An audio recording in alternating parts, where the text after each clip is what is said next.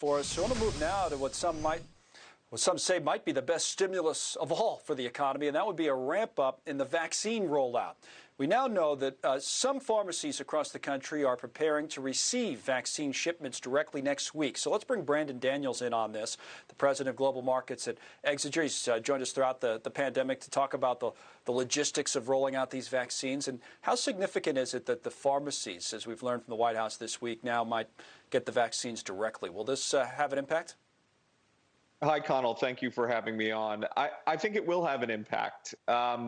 The ability to distribute to a greater volume of people and to open up a higher volume of avenues for people to get the vaccine is always a good thing.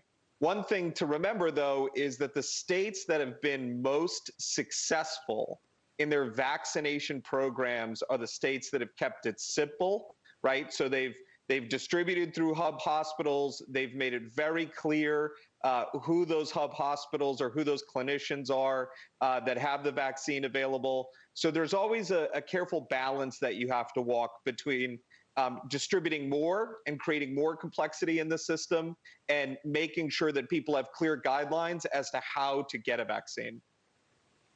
And what about the split between kind of people who live in crowded, whether it's urban or suburban areas versus people who are spread out more in rural areas? If you live in a place, in a crowded suburb, for example, you might have a CVS or a Walgreens, it seems like, on every other corner, whereas in some other areas of the country you don't. So will that create a challenge as they distribute the vaccines through the pharmacies?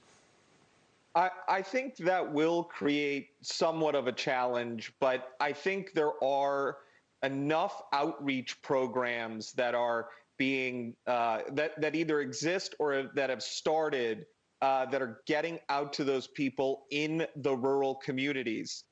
Most of the hub hospitals, as an example, have been proactively outreaching or proactively completing outreach to those patients that they've seen that fit the criteria that is that is eligible for the vaccine at this point. Like, South Dakota is one of the places that's had a fantastic vaccination program. West Virginia is another place that's seen a fantastic vaccination program.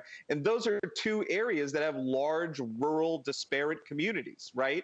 And so, again, it's not just about getting it out to more sites. It's simplicity and efficacy of the outreach that also contributes to the ability to get the population vaccinated. And there are three other things that I would say, Connell, are really important here. One, we are constantly tracking to all eligible adults getting the vaccine. But by the end of this quarter, Pfizer and Moderna have committed to getting out enough vaccine to cover legitimately the at-risk population, which is the population that creates the greatest strain on our hospitals, our economy, on our society. The second thing I would remember is that, the administration made a big purchase into the summer. And so that's going to continue to drive momentum and ramp up in production. And then finally, one thing I'm looking forward to is better clinician guidance on those people that sit between severe and asymptomatic.